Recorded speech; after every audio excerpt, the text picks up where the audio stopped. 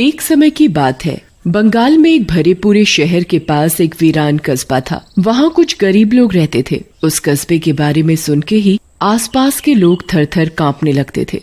एक दिन राकेश शहर जाने लगा। वो आधे रास्ते पहुँचा ही था कि उसकी बाइक रास्ते में ही रुक गई। ये लो जी, कर लो बात, कंगाली में आटा गीला। अब जब मुझे लेट हो रहा है, जल्दी से जल्दी शहर पहुंचना है, तो ये मोटरसाइकिल को भी अभी ही बंद होना था। अब इस वीरान रास्ते पे ना मैं पीछे जाने का ना आगे बढ़ने का, करूँ तो क्या करूँ। राकेश परेशान होकर बैठा ही होता है कि उसे जंगल की तरफ से आता हुआ एक आदमी नजर आता है। उसने अपने मुंह पे कुछ बांधा हुआ था, जिससे उसका चेहरा साफ नजर नहीं आ रहा था। अरे ये जंगल से कौन आ रहा है, इससे ही पूछता हूँ। किसी मैकेनिक की दुकान होगी आसपास तो। अरे भाई साहब, सुनते हो? अरे सुनिए भैया, हेलो। क्या है? अरे भैया, अब क्या बताऊं, मेरी मोटरसाइकिल खराब हो गई है और मुझे शहर जाना है। आसपास से कोई मदद मिल सकती है क्या? आओ मेरे साथ, मैं तुम्हें मदद दिलवा सकता हूँ। राकेश अपनी मोटरसाइकिल पैदल ही लेकर उस आदमी के पीछे पीछे जंगल के बीचों बीच चलने लगता है। कुछ दूर चलने पर, अरे भाई, मैं तो थक गया, और कितनी दूर जाना है? इतने में ही पसीने छूट गए तुम्हारे। जिंदगी में क्या करोगे? बात बात में राकेश को एहसास होता है कि वो उस वीरान गांव में पहुंच चुका है, जहां का नाम सुनकर भी लोग कांपते हैं। अरे भाई, ये तो मुझे कहाँ ले आए हो? तभी अचानक से एक भयानक आदमी, एक हाथ में खोपड़ी पकड़ी होती है और दूसरे हाथ में तलवार। उसके सामने से दांत टूटे होते हैं और बाकी दांत काले होते हैं। जोर जोर से हंसते हुए वो बहुत डरावना लग रहा होता है। तभी उधर खड़े बाकी लोग हाथ जोड़कर उसके सम्मान में वहीं जमीन पर बैठने लगते हैं। सरदार की जय हो, सरदार की जय हो। अरे बाप रे बाप, ये मैं कहाँ फंस गया? ये सारे तो आदि मानव लग रहे हैं। सरदार की जय हो।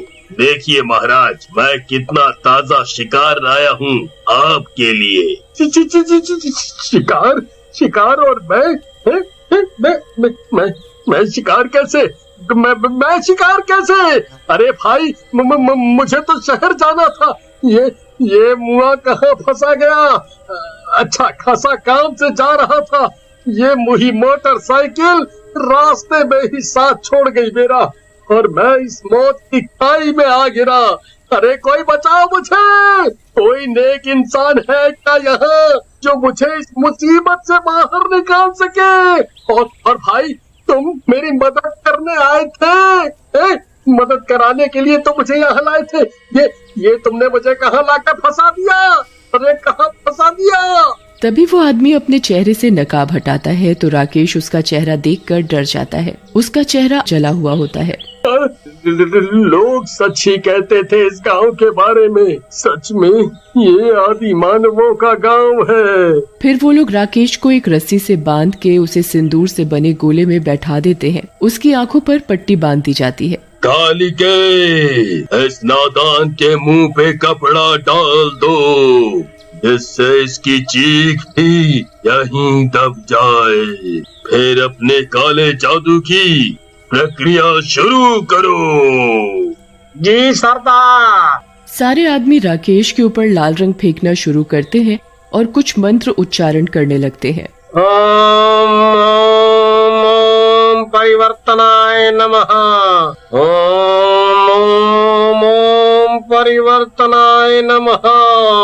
अचानक मंत्र उच्चारण से आग की लपटें बढ़ने लगती हैं और आग में से कुछ काली शक्तियां बाहर आकर उस सरदार के अंदर समाने लगती हैं।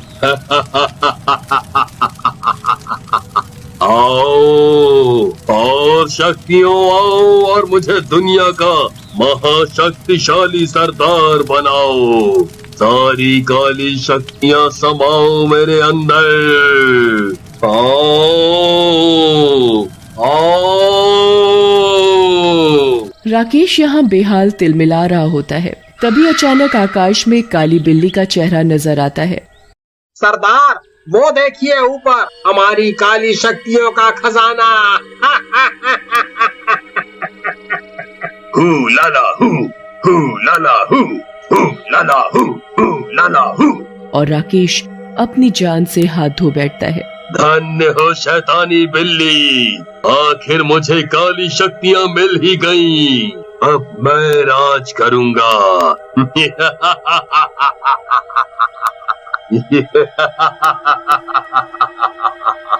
फिर सरदार अपने 2 चेलों के साथ राकेश के शरीर से खून निकालकर उस खोपड़ी में भरता है और काली बिल्ली के ऊपर छिड़कता है और अचानक से वो बिल्ली एक भूरी आंखों वाली लड़की में बदल जाती है। देखने में वो लड़की सुंदर, बड़ी बड़ी आंखें, लंबे बाल, बड़े बड़े नाखून थे उसके।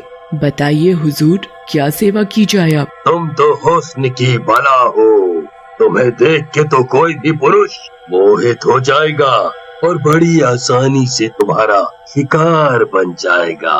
अब तुम पास वाले शहर में चली जाओ और अपने शिकार बनाओ।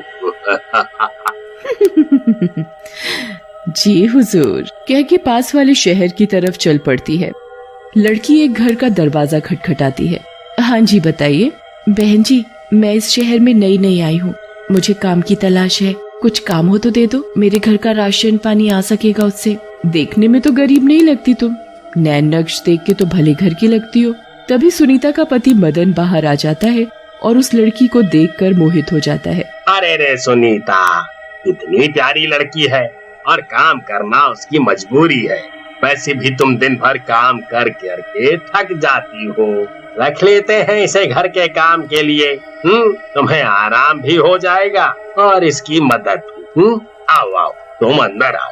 आज जी धन्यवाद मालिक साहब। अरे नहीं, मुझे मदन जी ही कहा करो। हाँ ठीक है।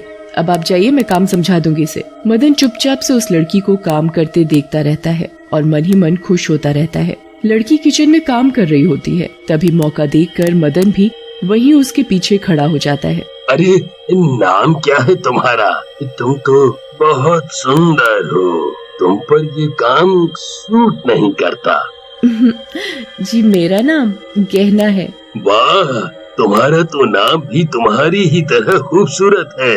अच्छा सुनो, मैं छत पे सोने जा रहा हूँ और मुझे सोने से पहले दूध चाहिए होता है।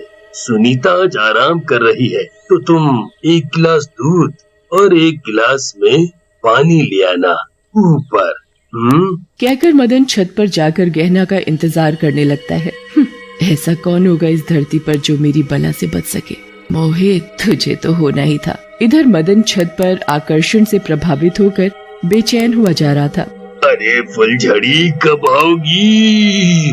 अब मुझसे और इंतजार नहीं हो रहा, आ जाओ मेरी तमन्ना। गहना इधर मटकती छन छन करती हुई छत पर आती है और एक ट्रे में दूध और पानी लेकर, मदन जी ये लीजिए, और पीट करके दूसरी तरफ मुंह करके खड़ी हो जाती है। मदन गहना का हाथ पकड़ते हुए, अरे इधर आओ जाने मन, मुझे तो आजकल सपने भी तुम्हारे ही आने लगे हैं, अब और मत तड़पाओ मुझे। हंसते हुए जैसे ही गहना पलटती है, मदन के हक्के बक्के छूट जाते हैं। अपने सामने एक भयानक शक्ल वाली आधी चुड़ैल को देखकर, जिसकी पूंछ छत जितनी लंबी होती है और मुंह से फन लहराते हुए, अरे ये क्या बला है? ये गहना, ये तुम्हें क्या हो गया? कौन हो तुम? और डर के यहाँ वहाँ भागने की कोशिश करता है। यूं ही मैं, आओ ना मेरे पास, मैं तो तुम्हें बहुत पसंद हूँ ना, सपने में भी तुम मुझे ही पाने की कोशिश करते हो।